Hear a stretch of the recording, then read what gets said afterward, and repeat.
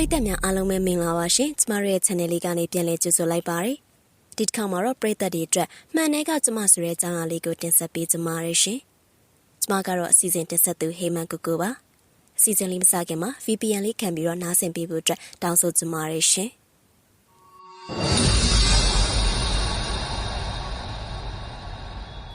ဒီနေ့ကျောင်းစောစောသွားရမည်ဖြစ်သောကြောင့်ကျမညတွေကဖုန်းကိုအလံပေးထားခဲ့သည်ထို့ကြောင့်ပဲဒီမနက်မှာဆော့ဆော့စီစီအိယာထားနိုင်ခဲ့ပြီးလိုအပ်တာမှန်သမျှကိုအချိန်မီပြင်ဆင်နိုင်ခဲ့သည် breakfast တွေဘာတွေစားအဝတ်စားလဲအလှပြင်ပြီးကျောင်းသားကနေကျမကိုကျမအခန်းထဲရမှန်မှာပြန်ကြည့်နေသည်ကျောင်းဆိုင်လေးနဲ့ကျမရဲ့ပုံစံဟာအလွန်ကြက်တရေရှိစွာလှပနေသည်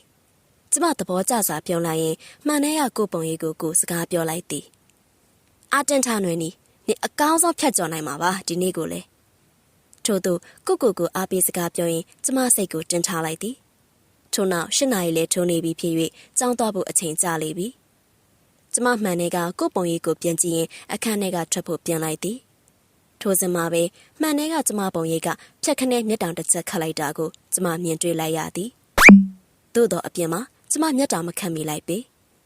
ကျမစိတ်ထဲနည်းနည်းလန့်လာပြီးမှန်တဲ့ကိုမျက်တောင်မခတ်ပဲအကြာကြီးတေချာစိုက်ကြည့်နေလိုက်သည်ထို့နောက်မှန်ရှိမှကိုလက်အမူအရာတွေလှုပ်ကြည့်သည်မှန်တဲ့ကပုံရိပ်ကအပြင်မှာကျမလှုပ်တဲ့အတိုင်းအကုန်လိုက်လုံနေပြီးအားလုံးပုံမှန်အတိုင်းဖြစ်နေသည်အဲကြမှာကျမလေးငါစောနာကအမှတ်တမဲ့စိတ်ထင်ပြီးတော့ရှောက်မြင်မိရနေပါလိမ့်မယ်လို့ပြန်ဖြည့်တွင်ရင်းနဲ့အခန်းထဲကထွက်လာလိုက်သည်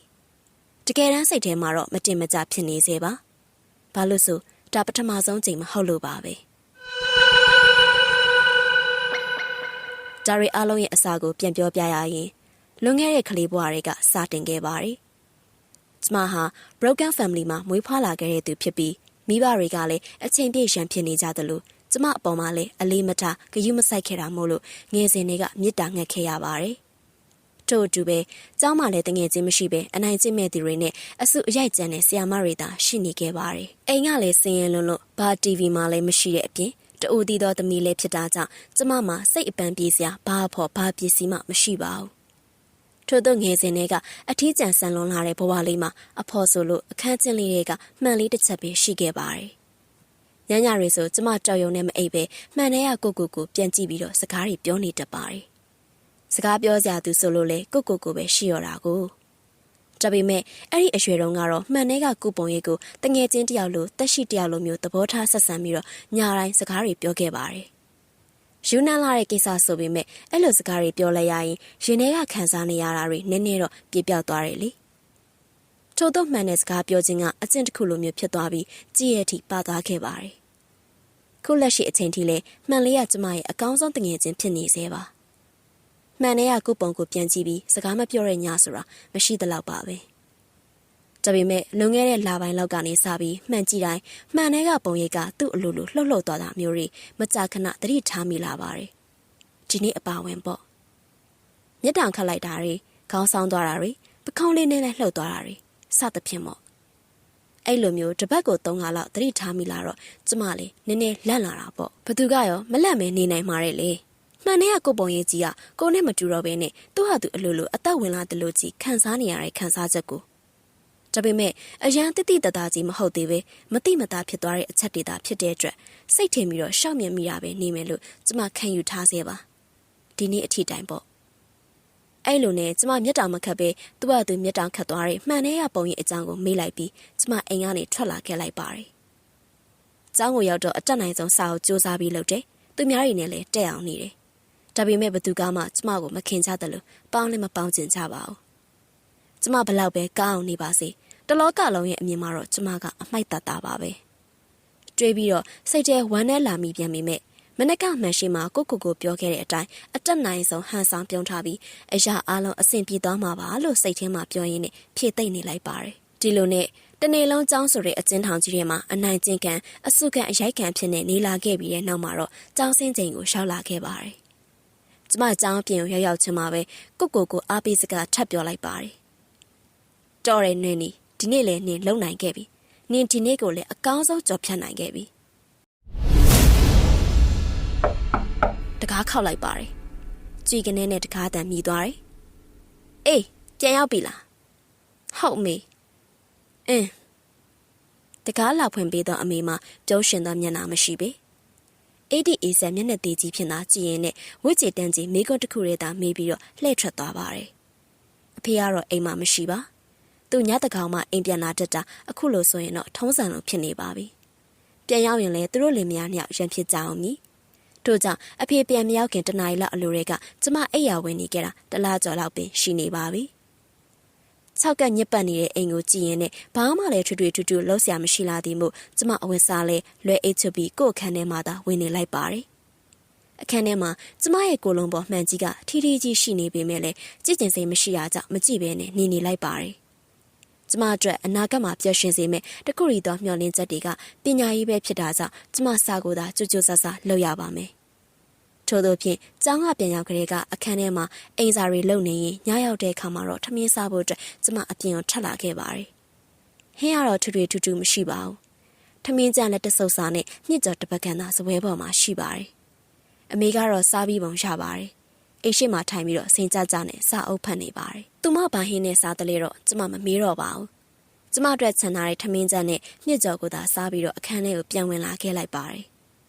အဲဒီနောက်အိမ်စာတွေဆက်လုံနေရင်လည်းအရန်ငိုက်လာတာကြောင့်နာရီကိုကြည့်လိုက်တော့10နာရီတောင်ခွဲနေပြီဆိုတာကြောင့်အိယာဝင်တော့ဖို့အတွက်ဆုံးဖြတ်လိုက်ပါတယ်။အချိန်က17နာရီကျော်နေပါပြီ။ကျမခုချိန်ထိအိမ်မပြောသေးပေမဲ့စိတ်ထဲကအခန်းထဲကမှန်ကြီးစီကိုသာရှောက်နေခဲ့ပါတယ်။နောက်ထပ်နာရီပိုင်းလောက်ကြာရင်အဖေပြန်လာတော့မယ်။အဲ့ခါကျရင်သူတို့တွေတပ်ပုတ်ဆဲဆိုကြတဲ့အတန်တွေကြောင့်တညလုံးအိပ်ပျော်တော့မှမဟုတ်တော့ပါဘူး။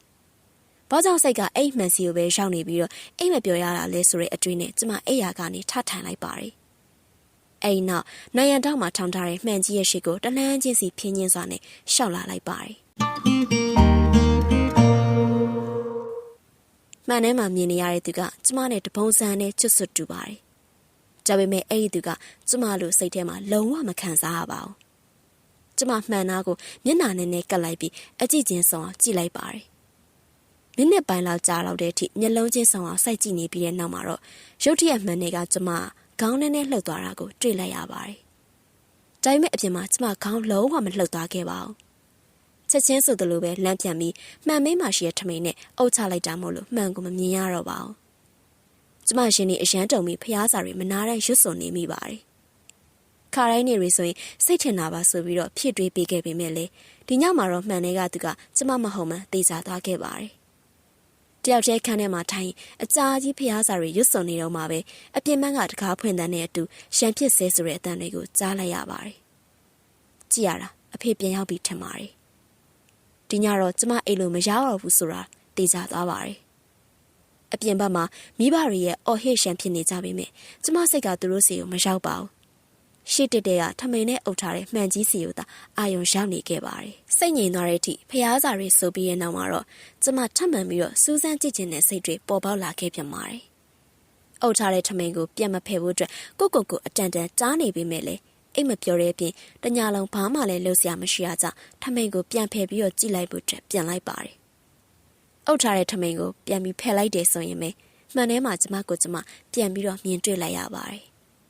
ဒါပေမဲ့စောနာကလိုပဲစိတ်ထဲမှာကိုပြန်ပြီးတော့ကြည့်နေရတယ်လို့မခံစားရပါဘူး။ဒါပေမဲ့ဒီတစ်ခါမှာတော့ကျမတက်တီမွေးပြီးဆက်ပြီးစမ်းသက်ကြည့်ဖို့အတွက်ဆုံးဖြတ်လိုက်ပါတယ်။လက်ကိုလေးပေါ်မှာမြှောက်ကြည့်တယ်။ဘာမှမထူးကြပါဘူး။မှန်ထဲကပုံရိပ်ကကျမလှုပ်တဲ့အတိုင်းလိုက်လှုပ်ပါတယ်။မျက်စိတစ်ဖက်မှိတ်ပြီးတော့ရှာထုတ်ကြည့်တယ်။ဒီတစ်ခါမှလည်းဘာမှမထူးကြသေးပါဘူး။ကျမဘလို့ပုံစံမဲလှုပ်မှန်ထဲမှာကျမလှုပ်သမျှအတိုင်းသာပေါ်နေခဲ့ပါတယ်။နောက်ဆုံးဘလို့ပဲလှုပ်အဆင်ပြေနေတဲ့အတွက်စိတ်နဲ့ပြန်အေးလာပြီးစောနာကလိုမျက်လုံးချင်းစုံပြီးမျက်တောင်မခက်တန်းစိုက်ကြည့်နေလိုက်ပါတယ်။မကြပါဘူး။မှန်တဲ့ကကျမပုံရိပ်ရဲ့လက်မောင်းကသူ့အလိုလိုတိတိတသားကြီးလှုပ်သွားပါတယ်။ကျမဒိန်းကနေပြန်ပြီးထိတ်လန့်သွားပြီမဲ့လေစောနာကလိုမျိုးထမိန်နဲ့တမ်းမအုပ်သေးပဲနဲ့ဆက်ဖြစ်လာမယ့်အခြေအနေကိုကြောက်နဲ့စောင့်ကြည့်နေလိုက်ပါတယ်။ခဏလောက်တော့မှန်တဲ့ကပုံရိပ်ကပုံမှန်အတိုင်းပြန်ပြီးတော့ဖြစ်သွားပြီမဲ့ခဏအကြာမှာတော့တိတ်ပြီးခြောက်ချားဝယ်ဟာကောင်းတဲ့တရုပ်မှန်ပေါ်ထွက်လာပါတယ်။မှန်တဲ့ကကျမနဲ့အကြည့်ချင်းစုံပြီးကြည်နေရကနေရုတ်တရက်သူမရဲ့နှကန်းဟာပြုံးပြတယ်လို့ဖြစ်လာပြီးမျက်လုံးအိမ်ကလည်းရွှေလျားလာပါတယ်။နောက်တော့ခြောက်ချားဝယ်ကောင်းလောက်အောင်ကျမကိုရှိပြရင်မှန်တဲ့ကနေအတန်းမှာထွက်ပေါ်လာခဲ့ပါတယ်။နှွေနီရေကျမ အလုံးပဲကြောက်ရွံ့တုန်လှုပ်သွားတာကြောင့်လဲချောင်းကွဲမတက်အာကောင်ချစ်ပြီးတော့အော်လိုက်မိပါတယ်။အဲ့ဒီအော်တန်ကြောင့်ပဲအိမ်ထဲမှာရှက်ဖြစ်နေတဲ့အဖေနဲ့အမေကပါအခန်းထဲဝင်လာကြပြီးတော့ဘာဖြစ်တာလဲလို့ဝိုင်းနေကြပါတယ်။ကျမကတော့ဘာမှပြန်မဖြေနိုင်မင်းနဲ့အိပ်ရပေါ်မျက်နှာအထိုင်းနေပဲငိုယိုနေရပေါ့။နောက်တော့သူတို့ကိုဖြစ်ပျက်ခဲ့သမျှအားလုံးကိုပြောပြတော့သူတို့ကကျမကိုမှန်ရှိခေါ်သွားပြီးအရာအားလုံးဟာပုံမှန်ဖြစ်ကြောင်းနဲ့ကျမစိတ်ထင်နေတာဖြစ်ကြောင်းရှင်းပြကြပါတယ်။အဲ့ဒီအချိန်မှာလေမှန်တဲ့ကကျမရဲ့ပုံရိပ်ကကျမလိုမျိုးရက်မနေခဲ့ပဲနဲ့အယူမကြီးတယောက်လိုမျိုးပေါင်ကြီးကားပြီးကခုံကရှီမောနေခဲ့ပါတယ်။ကျမသူတို့ကိုအမျိုးမျိုးထပ်ပြီးတော့ရှင်းပြပေးမယ်လေသူတို့တွေလက်မခံကြပါဘူး။သူတို့မျက်စိထဲမှာတော့အရာအားလုံးကိုပုံမှန်အတိုင်းမြင်နေရပြီးကျမတယောက်တည်းကသာမှန်တဲ့ကမကောင်းဆိုတာကိုမြင်နေပုံရပါတယ်။ဘလို့ပဲပြောလက်မခံတဲ့အဆုံးကျမလက်လျှော့လိုက်ရပါတယ်။ဆက်ပြောနေရင်လည်းကျမအရိုက်ခံရဖို့သာရှိပါတော့တယ်။ဒါပေမဲ့သူတို့တွေအခန်းထဲကနေထွက်သွားပြီးချင်းမှာပဲကျမအလျင်မြန်မှန်ကြီးပေါ်ထမိန်နဲ့ပြေးအုပ်လိုက်ပါတယ်။နောက်ဘက်တော့မှလည်းအဲ့ထမိန်ကိုမဖယ်တော့ပါဘူး။ဒါပေမဲ့အဲ့ညကနေစပြီးညတိုင်းလိုမှန်ကြီးရဲ့6လမ်းချင်းကိုကျမခံစားရပါတယ်။ထမိန်နဲ့အုပ်ထားလို့မှန်ကိုမမြင်ရပေမဲ့လည်းမှန်နဲ့အတန်တွေကိုတော့ညတိုင်းကြားနေရပါတယ်။ကျမအတန်နဲ့ချွတ်ဆွတ်သူရဲ့စကားပြောတန်တွေထမိန်ကိုဖယ်ပေးဖို့အတွက်တောင်းဆိုနေတဲ့အတန်တွေကျမဟာသူ့ဖြစ်ကြောင်းရှင်းပြနေတဲ့အတန်တွေရီတန်တွေငိုတန်တွေနဲ့ညစဉ်ညတိုင်းဟာအိတ်ဆက်လို့မရဘဲနဲ့သွေးပြက်ခြောက်ခြားစရာတွေနဲ့သာပြည့်နေနေခဲ့ပါတယ်။ကျမဆရာဝန်တွေနဲ့တွားရောက်ပြီးတော့ပြသကြည့်တော့လေသူတို့ကလည်းကျမမှာစိတ်ရောဂါရှိနေတယ်လို့ယူဆကြပါတယ်။ဆေးကန်းအားပေးတဲ့စိတ်ငြိမ်စေးတွေကိုသူတို့မှာကြားတဲ့အတိုင်းညတိုင်းတောက်သုံးခဲ့ပေမဲ့အလုံးမဖြစ်ခဲ့ပါဘူး။ညတိုင်းဆိုသလိုမှန်နေကနေအတန်တွေစက်ထိုက်ကြားနေရစေဖြစ်ပြီးထမိန်ကြားလေးနည်းနည်းဖယ်ကြည့်လိုက်တာနဲ့တွားကြီးဖြဲပြီးရှိပြနေတဲ့မှန်နေရကျမမဟုတ်တဲ့ကျမကိုတန်းပြီးတော့မြင်တွေ့နေရတော့မှပဲဒီလိုနဲ့နေလာရင်ဒီတန်တွေကိုဆက်ပြီးတော့တိမခံနိုင်တော့တဲ့တနေ့မှာတော့ကျမဒီလိုတွေဖြစ်နေရတာဒီမှန်ကြီးနဲ့ပဲသက်ဆိုင်နေမယ်လို့မှတ်ယူပြီးတော့ဒီမှန်ကြီးမရှိတော့ရင်အားလုံးပြန်ကောင်းသွားမယ်ထင်တယ်မှန်ကြီးကိုရိုက်ခွဲပစ်လိုက်ပါတယ်ဒါပေမဲ့အဲ့လိုမျိုးလုပ်လိုက်တာပဲပို့ပြီးတော့ဆိုရသွားစေပြီးအစကအဲ့ဒီမကောင်းဆိုးအောင်မှန်တစ်ချက်တည်းမှာပဲမြင်နေရကနေအခုဆိုရင်မှန်တိုင်းလိုလိုမှပါမြင်တွေ့လာခဲ့ရပါတယ်ဘယ်မှန်မှမဆိုကြည့်လိုက်မိတိုင်းမှန်တဲ့ကကျမမဟုတ်တဲ့ကျမကိုသာအမြဲမြင်တွေ့နေခဲ့ရပါတယ်အစကအခန်းထဲကမှန်ကြီးမှသာမြင်ရတာမို့အုပ်ထားလို့ရပေမဲ့အခုဆိုရင်မှန်တိုင်းမှာမြင်လာတဲ့အတွက်အုပ်ဖို့လည်းမဖြစ်နိုင်တော့သလိုအဲ့ဒီမကောင်းဆိုးအောင်မအောင်လေနေတိုင်းလိုလိုမြင်တွေ့လာရပါတယ်နေမရွေးညမရွေးမှန်ရှိရဲ့နေရာတိုင်းအတန်နဲ့ရောရုပ်ပိုင်းဆိုင်ရာနဲ့ပါအချိန်တိုင်း6လန့်နေတတ်ပြီးကျမလည်းအမှန်တကယ်စိတ်ရောဂါဝေဒနာရှင်တယောက်နဲ့တဖြည်းဖြည်းတူလာပါတော့တယ်စီးပညာပိုင်းဆိုင်ရာနဲ့ဘလို့မှကုသမရတဲ့ဆုံးကျမတဘာဝလုံပိုင်းဆိုင်ရာနဲ့စမ်းပြီးတော့ကုသကြည့်ဖို့အတွက်ဆုံးဖြတ်လိုက်ပါတယ်အဲ့ဒီမှာလေပယောဂဆရာမတွေများစွာနဲ့တွေ့ခဲ့ပေမဲ့တယောက်မှအလုံးမဖြစ်ခဲ့ပါဘူးဒါပေမဲ့နောက်ဆုံးမှာတော့အရန်ကိုအစွမ်းထက်တဲ့ဆရာတစ်ပါးနဲ့ကျမတွေ့ခွင့်ရခဲ့ပါတယ်အဲ့ဒီနေ့မှာပဲကျမရဲ့ငယ်ဘဝအပါအဝင်ပြစ်ပြတ်ခဲ့တဲ့မြအဖြစ်ပြက်တွေအားလုံးကိုကျမသူ့ကိုပြောပြလိုက်ပါတယ်။အဲ့ဒီဆရာကလည်းမှန်တဲ့မကောင်းဆိုးဝါးကိုကျမလိုမျိုးမမြင်တွေ့နိုင်ပေမဲ့လည်းဘာတွေဖြစ်နေရလဲဆိုတဲ့အဖြေကိုတော့သူပေးနိုင်ခဲ့ပါတယ်။ဒါပေမဲ့အမှန်တရားကတိတ်ပြီးတော့ကြောက်မက်ဖွယ်ကောင်းလို့နေခဲ့ပြန်ပါတယ်။သူရှင်းပြပုံရမှန်တွေဆိုတာလူရဲ့ခန္ဓာကိုယ်ရောစိတ်ဝိညာဉ်ရောနှစ်မျိုးစလုံးထင်ဟပ်စေတဲ့အရာတွေဖြစ်ပြီးတော့လူတစ်ယောက်ကမှန်ကိုကြည့်လိုက်မယ်ဆိုရင်သူ့ကိုယ်သူပြန်ပြီးတော့မြင်ရတယ်ဆိုပေမဲ့သူ့ရဲ့ဝိညာဉ်ကလည်းမှန်မှထင်ဟပ်နေပြီးသားဖြစ်တယ်။အဲဒါကြောင့်မှန်တွေမှာတရေမြင်ရတယ်။မှန်ကြည့်လိုက်ရင်ကိုယ့်ရဲ့အနောက်မှာတကယ်မရှိတဲ့တယောက်ရက်နေတာမြင်ရတယ်ဆိုတဲ့ဖြစ်ရတဲ့ရှိနေခဲ့တာကိုရှေးလူကြီးတွေကလည်းအဲဒါကြောင့်မတအိမ်အတုပအိမ်တွေမှာဆိုရက်လည်းမပြေမချင်းအိမ်တွေကမှန်တွေအုပ်ထားတာတို့ကလေးတွေကိုမှန်မကြည့်ဖို့အတွက်မှားကြတာတို့လုပ်ခဲ့ကြတာလေ။မှန်တွေမှာတစ်ခါတည်းရန်ဝိညာဉ်တွေပါတယ်ပေါ်တတ်တယ်။အဲ့ဒီစကားတွေကလည်းကပအနှံ့မှာရှိခဲ့တယ်။အဲ့ဒါကိုမှသမီးကငငယ်လေးတည်းကညာတိုင်းမှန်ကိုကြည့်ပြီးတော့ကိုစကားတွေပြောနေခဲ့တယ်ဆိုတော့သမီးကကိုယ့်ရဲ့ဝိညာဉ်နဲ့ကိုစကားတွေပြောနေခဲ့တယ်လို့မျိုးဖြစ်နေတာပေါ့အခုသမီးမှန်နေထဲမှာမြင်နေရတဲ့အသက်ဝင်နေတဲ့ပုံရိပ်ကတခြားဘာမကောင်းဆိုးရမှာမဟုတ်သမီးကိုယ်တိုင်ပဲတိတိကျကျပြောရမယ်ဆိုရင်တော့သမီးရဲ့ဝိညာဉ်ပေါ့သမီးညာတိုင်းမှန်ကြည့်ပြီးစကားပြောနေခဲ့တဲ့အကျိုးဆက်ကသမီးရဲ့ဝိညာဉ်ကိုယူသွတ်စေခဲ့တယ်ဝိညာဉ်ဆိုတာငကိုယ်ကနူးညံ့လုံးတဲ့အရာတွေသမီးရဲ့ငယ်ဘဝစိတ်တန်ရာတွေလည်းအယမ်းများခဲ့တော့သမီးရဲ့ဝိညာဉ်ကပို့ပြီးတော့ထိလွယ်ခိုက်လွယ်တယ်ခလေးလေးဖြစ်တော့လိပ်ပြလဲနှုတ်တယ်အဲ့တော့မှန်တဲ့ကကိုယ့်ရဲ့ဝိညာဉ်ကိုနှစ်တင်နဲ့ချီပြီးတော့ညာတိုင်းစကားတွေပြောလာတော့တဖြည်းဖြည်းနဲ့သမီးကမှန်ထဲမှာပုံနေတဲ့ခန္ဓာတွေကဝိညာဉ်ကိုပါမြင်နိုင်စွမ်းရှိလာတာပေါ့ ပြီးတော့အဲ့ဒီဝိညာဉ်ကအခန်းထဲကမှန်ကြီးကိုပဲသူ့ရဲ့အိမ်လို့ထင်ပြီးတော့စိတ်ဆွဲနေခဲ့တာ။သမီးကအဲ့ဒီမှန်ကိုခွဲလိုက်တော့သူ့ကိုလွတ်လပ်ခွင့်ပေးလိုက်တယ်လို့ဖြစ်သွားတာပေါ့။ရှင်းရှင်းပြောရရင်သမီးမြင်နေရတာကသမီးရဲ့စိတ်ပုံမှန်မဟုတ်တဲ့ဝိညာဉ်ရဲ့ဖြစ်ပျက်နေတဲ့ပုံရိပ်တွေကိုပဲ။ပုံမှန်ဆိုရင်တာမန်လူမြင်နိုင်စမ်းမရှိပေမဲ့နှစ်နဲ့ချီအဲ့ဒီဝိညာဉ်နဲ့စကားတွေပြောလာတော့အလိုလိုကိုယ့်ရဲ့ဝိညာဉ်ကိုမြင်နိုင်သွားတာ။ထို့ဖြေကိုကြားပြီးတဲ့နောက်မှာတော့ကျမအရန်ကိုကြောက်ရွံ့သွားပြီးအဲ့ဒီဝိညာဉ်ကိုမမြင်ရတော့အောင်ဘယ်လိုများလုပ်ရမလဲလို့မေးကြည့်တော့ဆရာကြီးကကိုယ့်ရဲ့ကိုယ်ပိုင်ဝိညာဉ်ဖြစ်တဲ့အတွက်နီးလန့်မရှိကြောင်းနဲ့တည်တဲ့အထိမှန်ကြည့်တိုင်းမြင်တွေ့နေရမှာဖြစ်ကြောင်းပြောပြပါတယ်။ကျမလည်းအဲ့ဒီအချိန်ကနေစပြီးတက်နိုင်သမျှမှန်လုံးဝမကြည့်တော့ပါဘူး။မတက်တာလို့ကြည့်လိုက်မိတဲ့အခါတွေမျိုးမှဆိုရင်လည်းမှန်တဲ့ရကျမရဲ့ခြောက်ခြားစရာကောင်းတဲ့ဝိညာဉ်ကိုမြင်တွေ့နေရစေပါ။ဟုတ်ကဲ့ပါရှင်။ဒီနေ့တင်ဆက်ပေးသွားတဲ့အကြောင်းအရာလေးကိုနားဆင်ရတာပရိသတ်တို့အနေနဲ့သဘောကျနှစ်သက်လိမ့်မယ်လို့မျှော်လင့်မိပါတယ်။အမြဲတမ်းဒီလိုမျိုးစိတ်ဝင်စားဖို့ကောင်းတဲ့အကြောင်းအရာတွေကိုတင်ဆက်ပေးသွားမှာဖြစ်တဲ့အတွက်ကျမတို့ရဲ့ channel လေးကို subscribe လေးနှိပ်ပြီးဘေးနားက notification လေးကိုလည်းနှိပ်ထားပေးဖို့အတွက်တောင်းဆိုပါရစေရှင်။နားဆင်အားပေးခဲ့ကြတဲ့ပရိသတ်တူတယောက်ချင်းစီတိုင်းကိုလည်းကျေးဇူးတူပဲတင်ရှိပါရရှင်။